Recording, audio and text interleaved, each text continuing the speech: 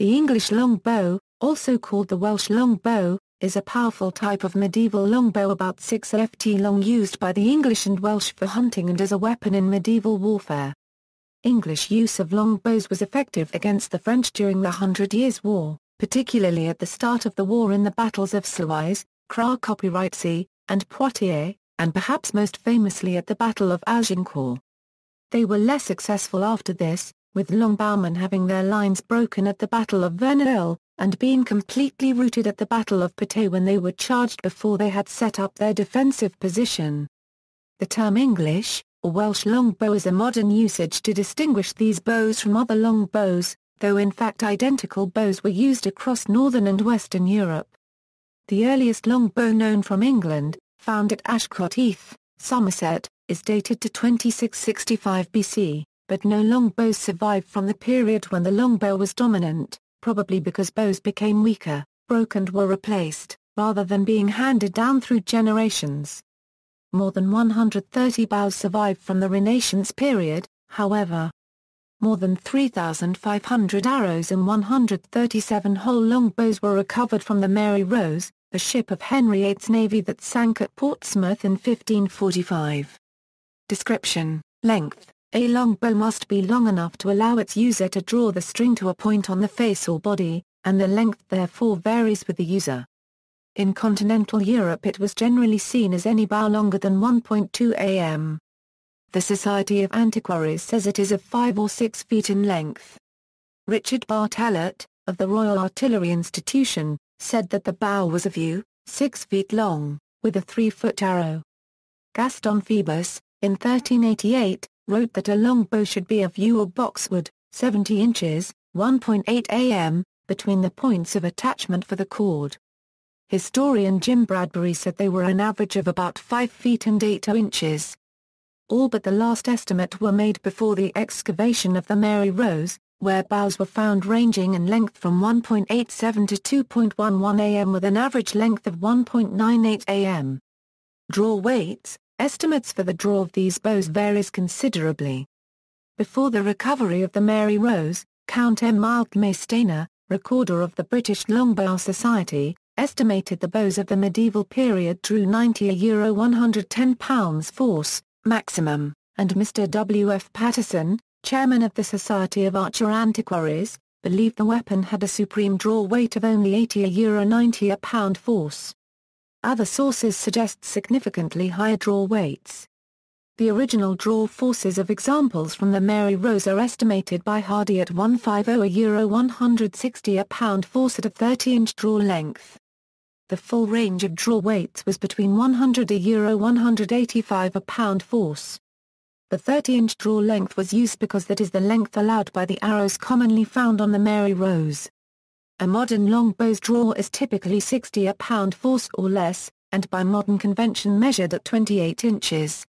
Historically, hunting bows usually had draw weights of 50 euro 60 pound force, which is enough for all but the very largest game and which most reasonably fit adults can manage with practice. Today, there are few modern longbowmen capable of using 180 euro 185 pound force bows accurately. A record of how boys and men trained to use the bows with high draw weights survives from the reign of Henry VII. My yeoman father taught me how to lay my body in my bow. Not to draw with strength of arms as divers other nations do. I had my bows bought me according to my age and strength, as I increased in them, so my bows were made bigger and bigger. For men shall never shoot well unless they be brought up to it. What Latimer meant when he describes laying his body into the bow was described thus. The Englishman did not keep his left hand steady, and draw his bow with his right. But keeping his right at rest upon the nerve, he pressed the whole weight of his body into the horns of his bow. Hence probably arose the phrase bending the bow, and the French of drawing one. Construction and materials. The bow stave, the preferred material to make the longbow was yew, although ash, elm and other woods were also used. Giraldus Cambrensis, Gerald of Wales, speaking of the bows used by Welsh men of Gwent, says, they are made neither of horn, ash nor yew, but of elm. Ugly unfinished-looking weapons, but astonishingly stiff, large and strong, and equally capable of use for long or short shooting. The traditional construction of a longbow consists of drying the yew wood for 1 to 2 years, then slowly working the wood into shape, with the entire process taking up to 4 years. The bow stave is shaped into a D section. The outer back of sapwood, approximately flat, follows the natural growth rings. Modern bow wires often thin the sapwood, while in the Mary Rose bows the back of the bow was the natural surface of the wood, only the bark being removed. The inner side of the bow stave consists of rounded heartwood. The heartwood resists compression and the outer sapwood performs better in tension. This combination in a single piece of wood forms a natural laminate, somewhat similar in effect to the construction of a composite bow. Longbows will last a long time if protected with a water-resistant coating, traditionally of wax, resin and fine tallow. The trade of yew wood to England for longbows was such that it depleted the stocks of yew over a huge area. The first documented import of yew bow staves to England was in 1294. In 1350 there was a serious shortage, and Henry IV of England ordered his royal bow wire to enter private land and cut yew and other woods. In 1470 compulsory practice was renewed, and hazel, ash, and laburnum were specifically allowed for practice bows. Supplies still proved insufficient, until by the Statute of Westminster in 1472, every ship coming to an English port had to bring 4 bow staves for every ton. Richard III of England increased this to 10 for every ton. This stimulated a vast network of extraction and supply, which formed part of royal monopolies in southern Germany and Austria. In 1483, the price of bow staves rose from £2 to £8 per hundred, and in 1510 the Venetians obtained £16 per hundred. In 1507 the Holy Roman Emperor asked the Duke of Bavaria to stop cutting yew, but the trade was profitable, and in 1532 the royal monopoly was granted for the usual quantity if there are that many. In 1562, the Bavarian government sent a long plea to the Holy Roman Emperor asking him to stop the cutting of yew, and outlining the damage done to the forests by its selective extraction, which broke the canopy and allowed wind to destroy neighboring trees. In 1568, despite a request from Saxony, no royal monopoly was granted because there was no yew to cut, and the next year Bavaria and Austria similarly failed to produce enough yew to justify a royal monopoly. Forestry records in this area in the 17th century do not mention yew, and it seems that no mature trees were to be had. The English tried to obtain supplies from the Baltic, but at this period bows were being replaced by guns in any case. The bow strings were, and still are, made of hemp, flax or silk, and attached to the wood via horn knocks that fit onto the end of the bow. Modern synthetic materials are now commonly used for strings. The arrow, a wide variety of arrows were shot from the English longbow. Variations in length, fletchings and heads are all recorded. Perhaps the greatest diversity lies in hunting arrows, with varieties like broad arrow, wolf arrow, dog arrow, Welsh arrow and Scottish arrow being recorded. Boar arrows were ordered in the thousands for medieval armies and navies, supplied in sheaves normally of 24 arrows. For example, between 1341 and 1359 the English crown is known to have obtained 51,350 sheaves. Only one significant group of arrows, from the Mary Rose, has survived. Over 3,500 arrows were found, mainly made of poplar but also of ash, beech and hazel. Analysis of the intact specimens shows their length to vary from 61 to 83 centimeters, with an average length of 76 centimeters. Because of the preservation conditions of the Mary Rose no arrowheads survived. However, many heads have survived in other places, which has allowed typologies of arrowheads to be produced, the most modern being the Jessop typology. The most common arrowheads in military use were the short bodkin and a small barbed arrow. Use and performance, training, longbows were very difficult to master because the force required to deliver an arrow through the improving armor of medieval Europe was very high by modern standards. Although the draw weight of a typical English longbow is disputed, it was at least 360 newtons and possibly more than 600 N, with some estimates as high as 900 N. Considerable practice was required to produce the swift and effective combat shooting required. Skeletons of longbow archers are recognizably adapted, with enlarged left arms and often bone spurs on left wrists, left shoulders and right fingers. It was the difficulty in using the longbow which led various monarchs of England to issue instructions encouraging their ownership and practice, including the Assize of Arms of 1252 and King Edward III's Declaration of 1363, whereas the people of our realm, rich and poor alike, were accustomed formerly in their games to practice archery whence by God's help, it is well known that high honour and profit came to our realm, and no small advantage to ourselves in our warlike enterprises. That every man in the same country, if he be able-bodied, shall, upon holidays, make use, in his games, of bows and arrows. And so learn and practice archery. If the people practiced archery, it would be that much easier for the king to recruit the proficient longbowmen he needed for his wars. Along with the improving ability of gunfire to penetrate plate armor, it was the long training needed by longbowmen which eventually led to their being replaced by musketmen. On the battlefield, English archers stored their arrows stabbed upright into the ground at their feet, reducing the time it took to notch, draw and shoot, as drawing from a quiver or arrow bag is slower. An unintended effect of this practice was that an arrowhead that had been stuck into the dirty ground would be more likely to cause infection. Range. The range of the medieval weapon is not accurately known, with much depending on both the power of the bow and the type of arrow. It has been suggested that a flight arrow of a professional archer of Edward III's time would reach 400 yards, but the longest mark shot at on the London practice ground of Finsbury Fields in the 16th century was 345 yards. In 1542, Henry VIII set a minimum practice range for adults using flight arrows of 220 yards. Ranges below this had to be shot with heavy arrows. Modern experiments broadly concur with these historical ranges. A 667N Mary Rose replica longbow was able to shoot a 53.6 AG arrow 328 am and a 95.9 AGA distance of 249.9 am. In 2012, Joe Gibbs shot a 2.25 oz livery arrow 292 AD with a 170-pound Forces U bow. Armor penetration, modern testing. In an early modern test by Saxton Pope, a directed from a steel bodkin point penetrated Damascus mail armor. A 2006 test was made by Matthias Bain using a 75-pound force draw bow, shooting at 10 yards. According to Bain's calculations, this would be approximately equivalent to a 110-pound force bow at 250 yards. Measured against a replica of the thinnest contemporary jackcoat armor, a 905-grain needled bodkin and a 935-grain curved broadhead penetrated over 3.5 inches.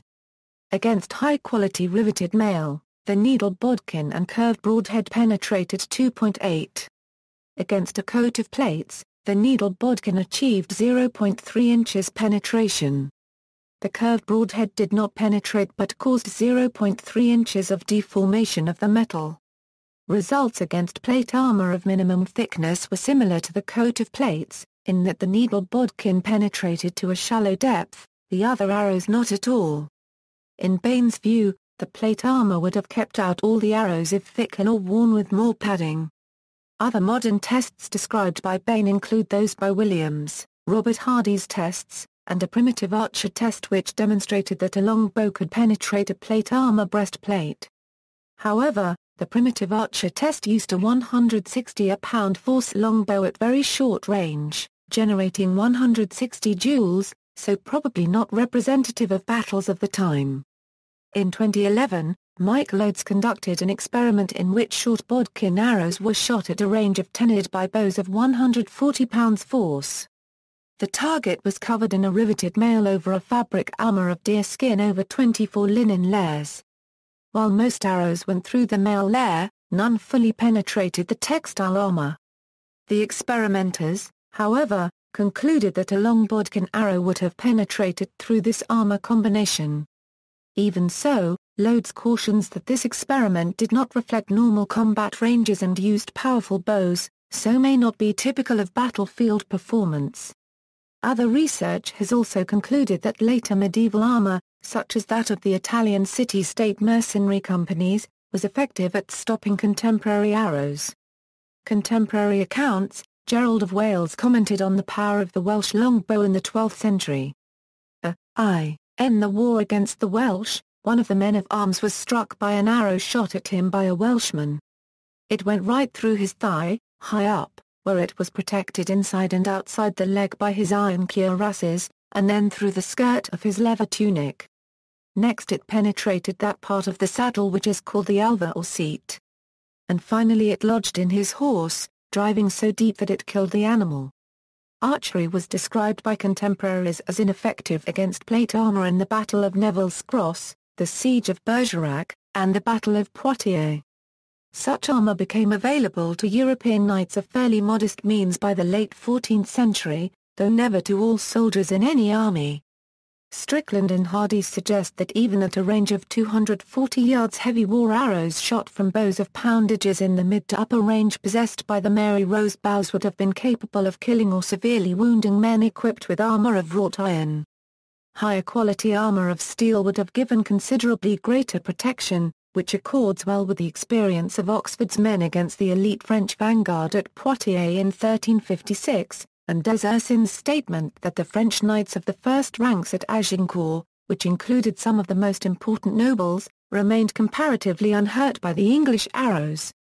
Summary: modern tests and contemporary accounts agree therefore that well-made plate armor could protect against longbows.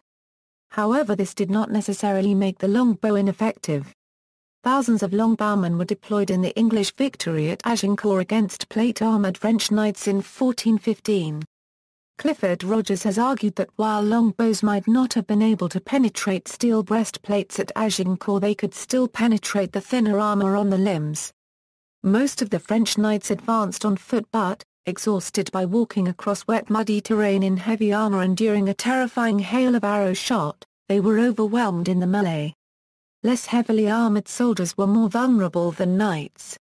For example, enemy crossbowmen were forced to retreat at Crécy when deployed without their protecting visors.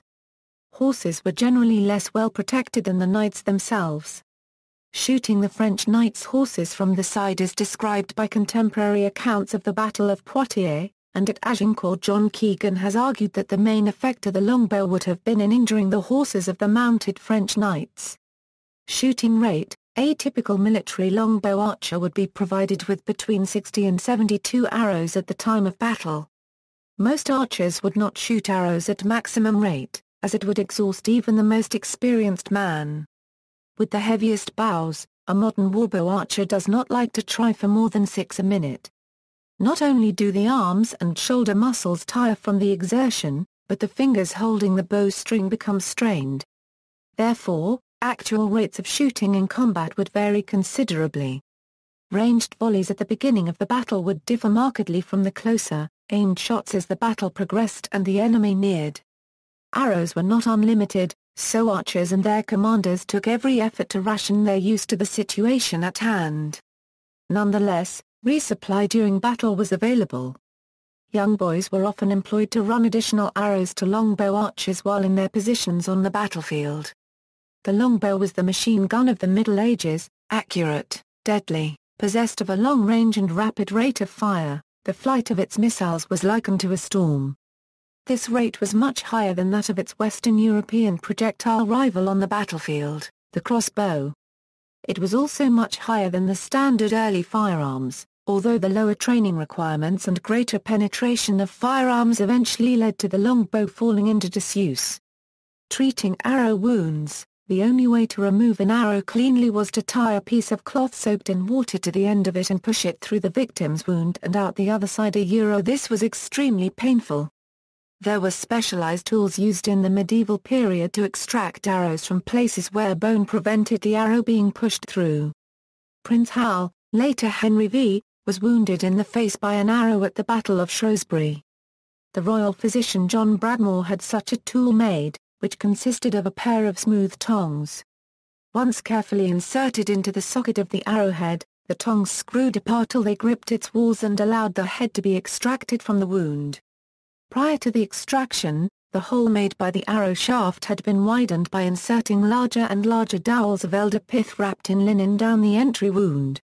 The dowels were soaked in honey, now known to have antiseptic properties. The wound was then dressed with a poultice of barley and honey mixed in turpentine. After 20 days the wound was free of infection. History, etymology. The first recorded use of the term longbow, as distinct from simply bow, occurs in a Paston letter of the 15th century. Origins. The origins of the English longbow are disputed. While it is hard to assess the significance of military archery in pre-Norman conquest Anglo-Saxon warfare, it is clear that archery played a prominent role under the Normans, as the story of the Battle of Hastings shows. Their Anglo-Norman descendants also made use of military archery, as exemplified by their victory at the Battle of the Standard in 1138. During the Anglo-Norman invasions of Wales, Welsh bowmen took a heavy toll of the invaders and Welsh archers would feature in English armies from this point on. However, historians dispute whether this archery used a different kind of bow to the later English longbow. Traditionally it has been argued that prior to the beginning of the 14th century, the weapon was a self-bow between 4 and 5 feet in length, known since the 19th century as the short bow. This weapon, drawn to the chest rather than the ear, was much weaker. However, in 1985, Jim Bradbury reclassified this weapon as the ordinary wooden bow, reserving the term short bow for short composite bows and arguing that long bows were a developed form of this ordinary bow. Strickland and Hardy in 2005 took this argument further, suggesting that the short bow was a myth and all early English bows were a form of long bow. In 2011, Clifford Rogers forcefully restated the traditional case based upon a variety of evidence, including a large-scale iconographic survey. In 2012, Richard Wadge added to the debate with an extensive survey of record, iconographic and archaeological evidence, concluding that longbows coexisted with shorter self-wood bows in England in the period between the Norman conquest and the reign of Edward III, but that powerful longbows shooting heavy arrows were a rarity until the later 13th century. Whether or not there was a technological revolution at the end of the 13th century therefore remains in dispute. What is agreed, however, is that the English longbow as an effective weapon system evolved in the late 13th and early 14th centuries. 14th and 15th century, the longbow decided many medieval battles fought by the English and Welsh, the most significant of which were the Battle of Crécy and the Battle of Agincourt, during the 100 Years' War and followed earlier successes, notably at the Battle of Falkirk and the Battle of Halidon Hill during the Scottish Wars. The longbow was also used against the English by their Welsh neighbours. The Welsh used the longbow mostly in a different manner than the English. In many early period English campaigns, the Welsh used the longbow in ambushes, often at point-blank range that allowed their missiles to penetrate armour and generally do a lot of damage. Although longbows were much faster and more accurate than the black powder weapons which replaced them, longbowmen always took a long time to train because of the years of practice necessary before a war longbow could be used effectively. In an era in which warfare was usually seasonal, and non-noble soldiers spent part of the year working at farms, the year-round training required for the effective use of the longbow was a challenge. A standing army was an expensive proposition to a medieval ruler. Mainland European armies seldom trained a significant longbow corps. Due to their specialized training, English longbowmen were sought as mercenaries in other European countries, most notably in the Italian city-states and in Spain. The White Company, comprising men-at-arms and longbowmen and commanded by Sir John Hawkwood, is the best-known English free company of the 14th century. The powerful Hungarian king, Louis the Great, is an example of someone who used longbowmen in his Italian campaigns. 16th century and after, longbows remained in use until around the 16th century, when advances in firearms made gunpowder weapons a significant factor in warfare and such units as arquebusiers and grenadiers began appearing. Before the English Civil War, a pamphlet by William Need entitled The Double-Armed Man advocated that soldiers be trained in both the longbow and pike. This advice was followed only by a few town militias. The last recorded use of bows in an English battle seems to have been a skirmish at Bridgnorth, in October 1642, during the Civil War, when an impromptu town militia proved effective against unarmoured musketeers. Longbowmen remained a feature of the Royalist army, but were not used by the Roundheads. Longbows have been in continuous production and use for sport and for hunting to the present day, but since 1642 they have been a minority interest, and very few have had the high draw weights of the medieval weapons. Other differences include the use of a stiff and non-bending center section, rather than a continuous bend. Serious military interest in the longbow faded after the 17th century, but occasionally schemes to resurrect its military use were proposed. Benjamin Franklin was a proponent in the 1770s. The Honourable Artillery Company had an archer company between 1784 and 1794. And a man named Richard Mason wrote a book proposing the arming of militia with pike and longbow in 1798. Donald Featherstone also records a Lieutenant Colonel Richard Lee of 44th Foot advocated the military use of the longbow in 1792. There is a record of the use of the longbow in action as late as WWII, when Jack Churchill is credited with a longbow kill in France in 1940. The weapon was certainly considered for use by commandos during the war, but it is not known whether it was used in action. Tactics, battle formations. The idea that there was a standard formation for English longbow armies was argued by Alfred Byrne in his influential work on the battles of the 100 Years' War, the Crécy War. This view was challenged by Jim Bradbury in his book The Medieval Archer, and more modern works are more ready to accept a variety of formations. In summary, however, the usual English deployment in the 14th and 15th centuries was as follows: infantry in the centre. Longbowmen were usually deployed primarily on the flanks, sometimes to the front. Cavalry was rarely used but, were deployed either on the flanks, or in the centre in reserve, to be deployed as needed. In the 16th century, these formations evolved in line with new technologies and techniques from the continent. Formations with a central core of pikes and bills were flanked by companies of shot made up of a mixture of archers and arquebusiers, sometimes with a skirmish screen of archers and arquebusiers in front. Surviving bows and arrows, more than 3,500 arrows and 137 whole longbows were recovered from the Mary Rose, a ship of Henry VIII's navy that capsized and sank at Portsmouth in 1545.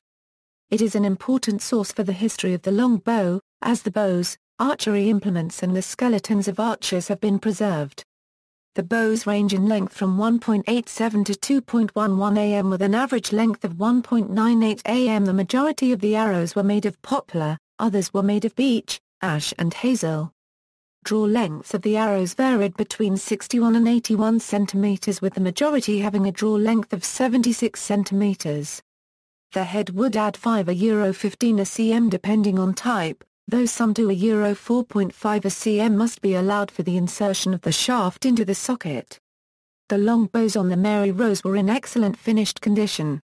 There were enough bows to test some to destruction, which resulted in draw forces of 450 N on average. However, analysis of the wood indicated that they had degraded significantly in the seawater and mud, which had weakened their draw forces. Replicas were made and when tested had draw forces of from 445 N to 823 N. In 1980, before the finds from the Mary Rose, Robert E. Kaiser published a paper stating that there were 5 known surviving longbows. The first bow comes from the Battle of Hedgeley Mere in 1464, during the Wars of the Roses. A family who lived at the castle since the battle had preserved it to modern times. It is 1.66 am and a 270 N draw force. The second dates to the Battle of Flodden in 1513. It hung in the rafters at the headquarters of the Royal Scottish Archers in Edinburgh. It has a draw force of 360 to 410 N. The third and fourth were recovered in 1836 by John Deane from the Mary Rose. Both weapons are in the Tower of London Armoury, and Horace Ford, writing in 1887, estimated them to have a draw force of 280 to 320 N. A modern replica made in the early 1970s of these bows has a draw force of 460 N. The fifth surviving longbow comes from the armoury of the church in the village of Mendlesham in Suffolk, and is believed to date either from the period of Henry VIII or Queen Elizabeth. The Mendlesham bow is broken but has an estimated length of 1.73 to 1.75 am and draw force of 350 N. Social importance. The importance of the longbow in English culture can be seen in the legends of Robin Hood, which increasingly depicted him as a master archer, and also in the Song of the Bow, a poem from the White Company by Sir Arthur Conan Doyle. During the reign of Henry III, the Assize of Arms of 1252 required that all citizens, burgesses, free tenants, villeins and others from 15 to 60 years of age should be armed. The poorest of them were expected to have a halberd and a knife, and a bow if they owned land worth more than £2.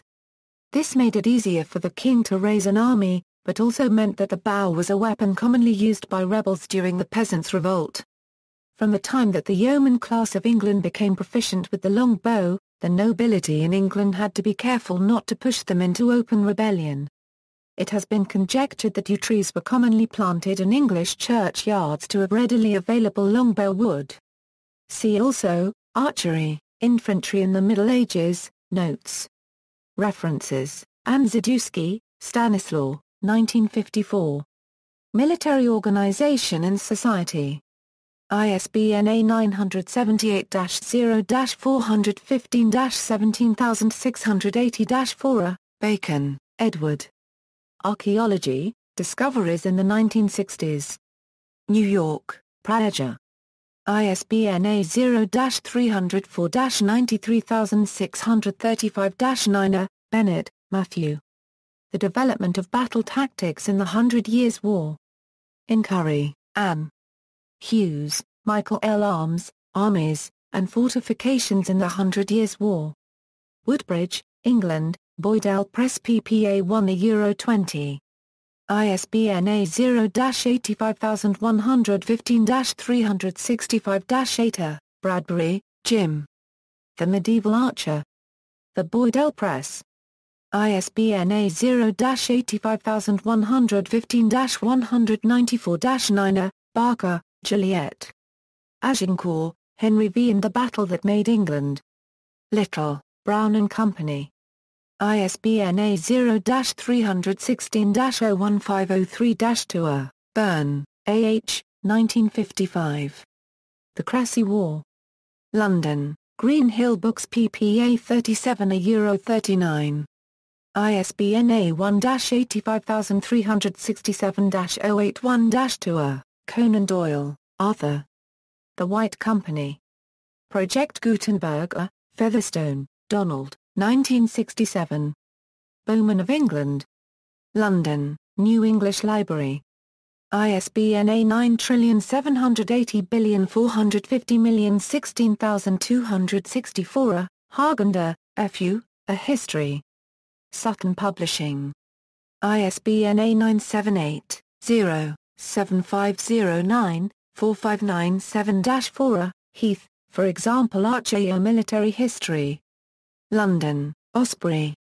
ISBN A0850453534, Heath, for example, 1972. The Grey Goose Wing. PA 134, Krushk, Earl Roger. The Right to Keep and Bear Arms, A Continuing American Dilemma. C.C. Thomas Publishing Company. ISBN A0-398-05141-0, Loads, Mike. The Longbow. Botley, Oxford, Osprey Publishing. ISBN A9781782882853, Longman, C.J. Walrond, H. Archery. New York, Frederick Ungar Publishing Company. Oakeshott, R. Wart. The Archaeology of Weapons. London, Lutterworth Press. Pope, Saxton. Hunting with a Bow and Arrow.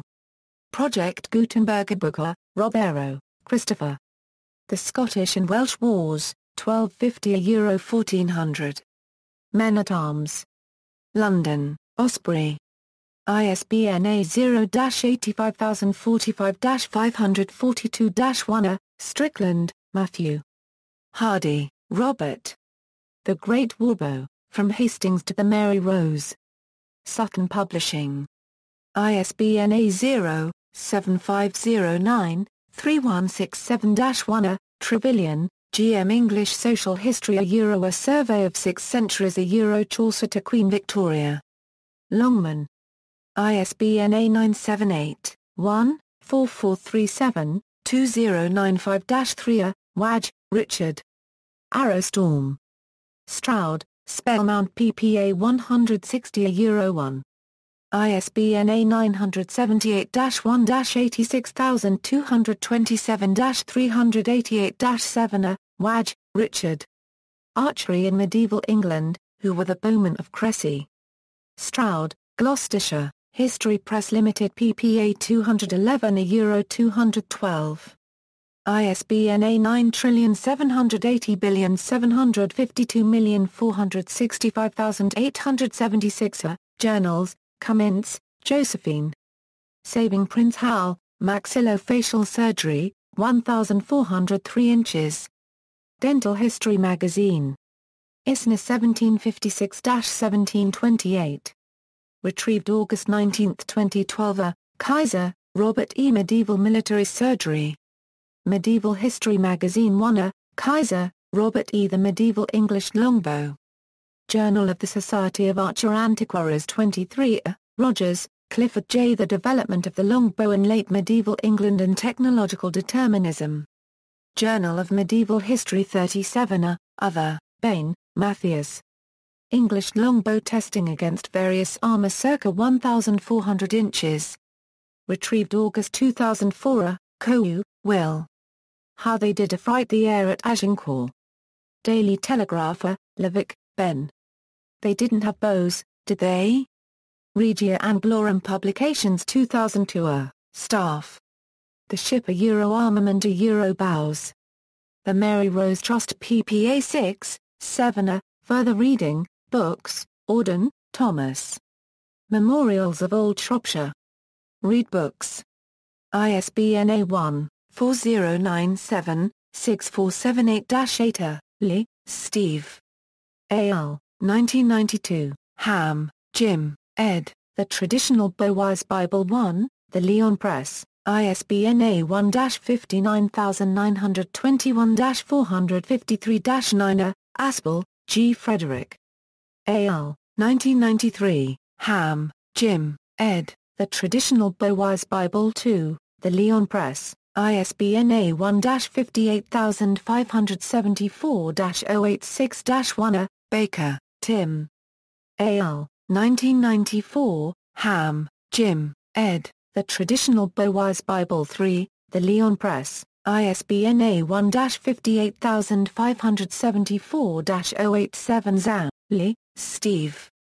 A.L., Ham, Jim, ed., The Traditional Bowwise Bible 4, The Leon Press, ISBN A978-59921-453-5. Hardy, Robert, Longbow, A Social and Military History, Patrick Stevens, ISBN A1-85260-412-3. Saw, Hugh David Hewitt, The Crooked Stick, A History of the Longbow, Wistham U.S., ISBN A1-59416-002-3. A review by Bernard Cornwell in The Times. Selman, Roger. Medieval English Warfare. London, Methuen. ISBN A978-0-416-63620-8. Journals, Thomas Esper. The Replacement of the Longbow by Firearms in the English Army, Technology and Culture, Vol. 6, No. 3, 1965. B. W. Cousier Bergman. PDF, An Approach to the Study of Ancient Archery Using Mathematical Modeling, Antiquity 71, 271, 124 €134, Other, Rillon L. Hancock. PDF, United States National Archery Association Flight Committee Modern Longbow Flight Rules, U.S. National Archery Association. September 2002. Paul Lalonde. A Bundle of Tudor War Arrows, an article about the arrows found on the Mary Rose. Leslie Williams Doctor. Ealdormere Archery Handbook, Section 11, Towards a More Medieval Archer, Staff. Mary Rose Historical Ship, The Mary Rose Trust. A Euro note, back of bow faces enemy. The Great Northwood Bowman Medieval Longbow Archery and Reenactment Society, reenacting the 15th century, based in London.